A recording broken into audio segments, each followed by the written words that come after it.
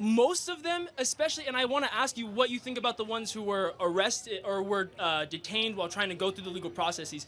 The ones who came in actually, and it is a loophole. I'll admit that Joe Biden allowed for a loophole to get into the system, right, through open borders? No, through asylum. So asylum was a loophole, but it still was a legal way to enter the country. And what about the illegal immigrants who were detained while going to their meetings to make sure they stayed within the legal processes? They're still in violation of 8 U.S.C. 1312. If they came in using... What is 8 U.S.C. 1312?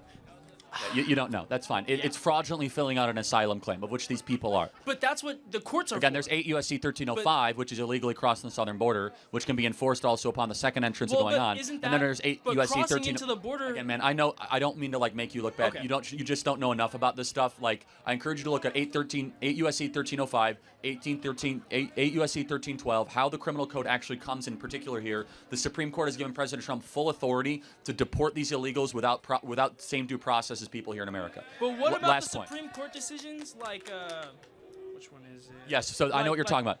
Which one? Which Supreme Court? I don't know the name, but it basically says that's for illegal aliens. Yes, okay. Those are for illegal aliens that commit crimes while they are here. So that's if it an illegal...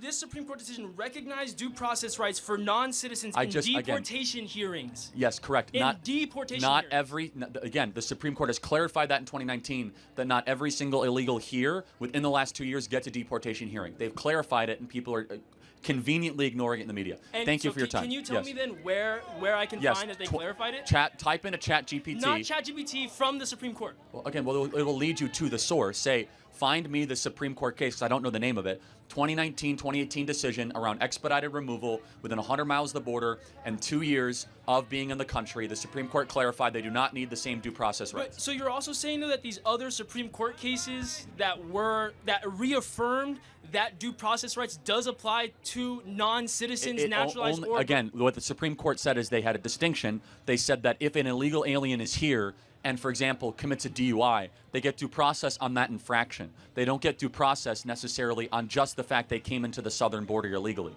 So there's about crimes you commit on the interior of the country different than ones that you commit while you come into the country. But what about the people who have not committed crimes? It doesn't matter. Coming in the country, coming into the country is a crime. Years, doesn't matter. For longer than 2 years. The Supreme Court will hopefully. It's a civil offense. It's not. Again, it's an 18 U.S.C. I'm pretty sure it's 13. It's 8 U.S.C. 1312, it makes it a felony to harbor yourself illegally in the United States of America and not notify the government of your presence. You can look it up anytime you want. 8 U.S.C. 1312, any illegal alien that does not tell the government where they are, what they're doing, and why they are here is in violation and is currently committing a felony. Thank you for your time.